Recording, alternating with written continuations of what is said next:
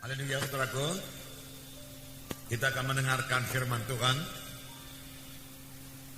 bahwasanya setiap anak Tuhan adalah pemenang jiwa. Pemenang jiwa. Tiap-tiap anak Tuhan dipakai Tuhan.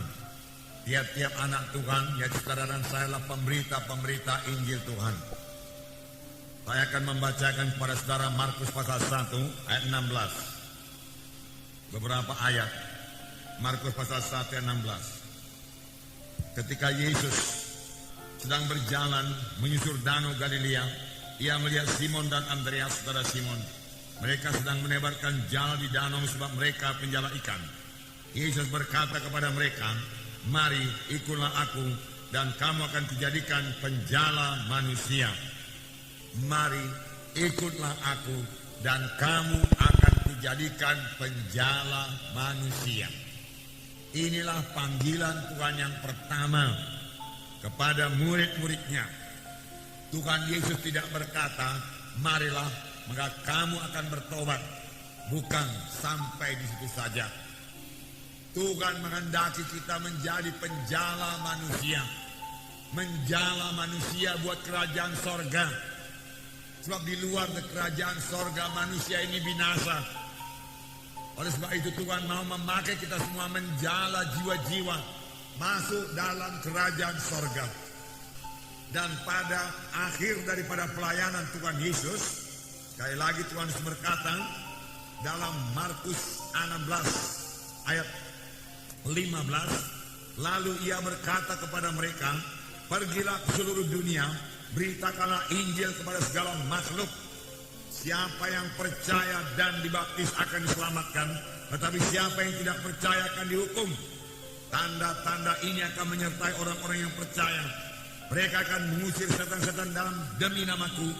Mereka akan berbicara dalam bahasa-bahasa yang baru bagi mereka. Mereka akan memegang ular, dan sekalipun mereka minum racun maut, mereka tidak akan mendapat celaka. Mereka akan meletakkan tangannya atas orang sakit, dan orang itu akan sembuh." Saudara, akhirnya dari pelayanan Tuhan Yesus berkata, "Pergilah ke seluruh dunia, beritakanlah Injil kepada segala makhluk." Semua anak-anak Tuhan diajak Tuhan, diperintahkan Tuhan untuk memberitakan Injil kepada segala makhluk, memberitakan Injil kepada setiap jiwa-jiwa. Siapa yang percaya dan dibaptiskan, dia akan diselamatkan. Setelah percaya, memang kita perlu dibaptiskan. Tetapi siapa yang tidak percaya akan dihukum. Tiap-tiap anak-anak Tuhan perlu jadi pemenang jiwa. Ladang-ladang sudah menguning. Yohanes 4 ayat 35. Yohanes 4 ayat 35. Yesus melihat ladang-ladang yang sudah menguning. Biarlah kita juga melihat, terlebih pada akhir zaman ini. Mari kita lihat ladang-ladang yang sudah menguning, yaitu jiwa-jiwa yang sudah matang buat dituai. Saya membacakan Yohanes 4:35. "Bukankah kamu mengatakan 4 bulan lagi tibalah musim menuai? Tetapi aku berkata kepadamu, lihatlah sekelilingmu dan pandanglah ladang-ladang yang sudah menguning dan matang buat dituai." Kamu berkata 4 bulan lagi musim menuai. Boleh jadi murid-murid melihat ladang biasa, ladang gandum, yang menurut perkiraan mereka 4 bulan lagi baru bisa dituai, karena ladang itu baru ditanami. Tetapi yang dilihat Tuhan ini adalah ladang Tuhan, jiwa-jiwa yang sudah menguning, masak buat dituai. "Tetapi aku berkata kepadamu," Tuhan berkata, "angkatlah matamu, lihatlah sekelilingmu, pandanglah segala ladang-ladang sudah menguning buat dituai." Sekarang juga kita perlu mengangkat mata kita, memandang ladang-ladang Tuhan sekeliling kita ini. Apakah itu tidak lain daripada jiwa-jiwa yang tersesat, jiwa-jiwa yang terhilang? Tetapi ada satu lagi keluhan Tuhan Yesus, yaitu Lukas 10 ayat 2 dan 3. Saya membacakan kepada saudara. Katanya kepada mereka, "Tuaian memang banyak, tetapi pekerja sedikit. Karena itu mintalah kepada Tuhan yang mempunyai tuaian supaya mengirimkan pekerja-pekerja untuk tuaian itu." Persoalannya di sini, walau ladang-ladang sangat luas, ladang-ladang sudah menguning, siap sedia buat dituai, Tetapi pekerja sedikit. Pekerja sedikit. Marilah bayangkan pada pagi hari ini, saudara berdiri di tepi satu ladang yang sangat luas. Sejauh-jauh mata memandang, saudara melihat padi-padi yang sudah menguning semua.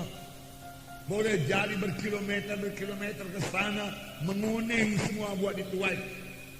Tetapi saudara hanya melihat 20, 30, 40 pekerja saja. Pada ladangnya begitu lebar, begitu luas. Dan di kejauhan sana saudara melihat awan gelap datang. Yang berarti badai akan turun, menghancurkan semua ladang-ladang yang sudah menguning itu.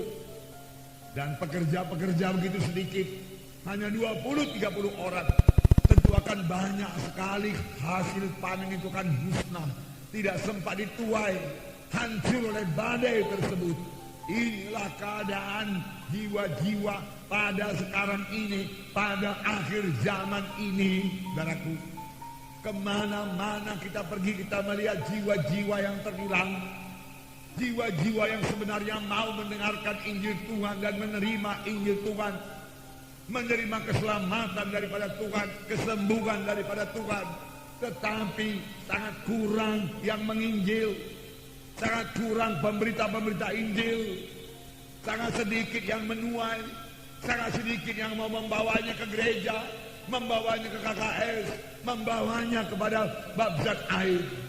Saudara, mereka itu kan terhilang. Terhilang berarti neraka selama-lamanya. Ini yang dilihat oleh Tuhan. Dan hati Tuhan tergerak oleh belas kasihan melihat jiwa-jiwa yang terhilang itu. Biarlah ini menggerakkan gereja untuk bersaksi, memenangkan jiwa-jiwa. Biarlah setiap anak-anak Tuhan menjadi pemenang-pemenang jiwa. Amin, saudara.